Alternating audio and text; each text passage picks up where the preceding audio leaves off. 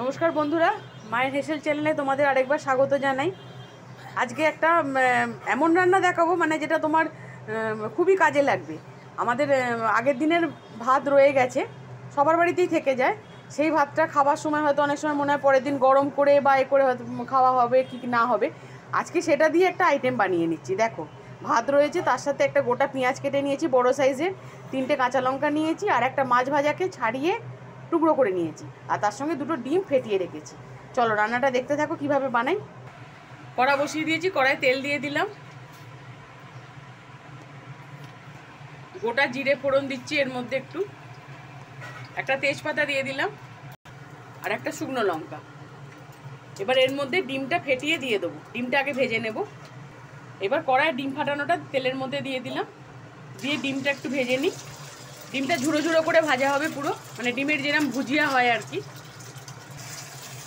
দেখো এইভাবে কন্টিনিউ নাড়লেই ওটা ডিমের ভুজিয়া তৈরি হয়ে যাবে। এবার এর মধ্যে গোটা পেঁয়াজটা টুকরো করে রেখেছিলাম সেটা দিলাম, কাঁচা লঙ্কাটা দিয়ে দিলাম, আর সাথে মাছ ভাজাটাও দিয়ে দিলাম। একসাথে এটা নেড়ে নেবো। ডিম এবার নুন হলুদ একটুখানি যে স্বাদ মতো দিয়ে দেবো, স্বাদ মতো অল্প নুন দিলাম, অল্প একটু হলুদ গুঁড়ো দিচ্ছি। আর কাঁচা লঙ্কা যেহেতু দেয়া আছে তাই গুঁড়ো লঙ্কা সামান্য দেবো, লঙ্কাটা তোমরা যে যার ব্যালেন্স করে নিও। এটা একটু নাড়াচাড়া করে নিচ্ছি, অল্প করে পেঁয়াজটা একটু নরম হয়ে গেলে, ভাজা ভাজা হয়ে গেলে ভাতটা দিয়ে দেবো। সামান্য একটু জিরে গুঁড়ো দিয়ে দেবে, খেতে ভালো লাগবে।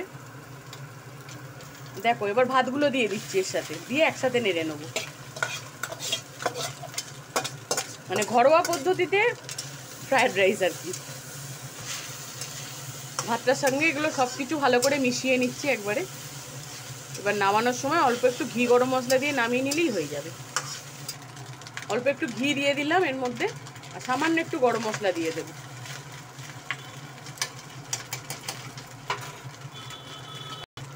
অল্প একটু গরম মশলা দিলাম।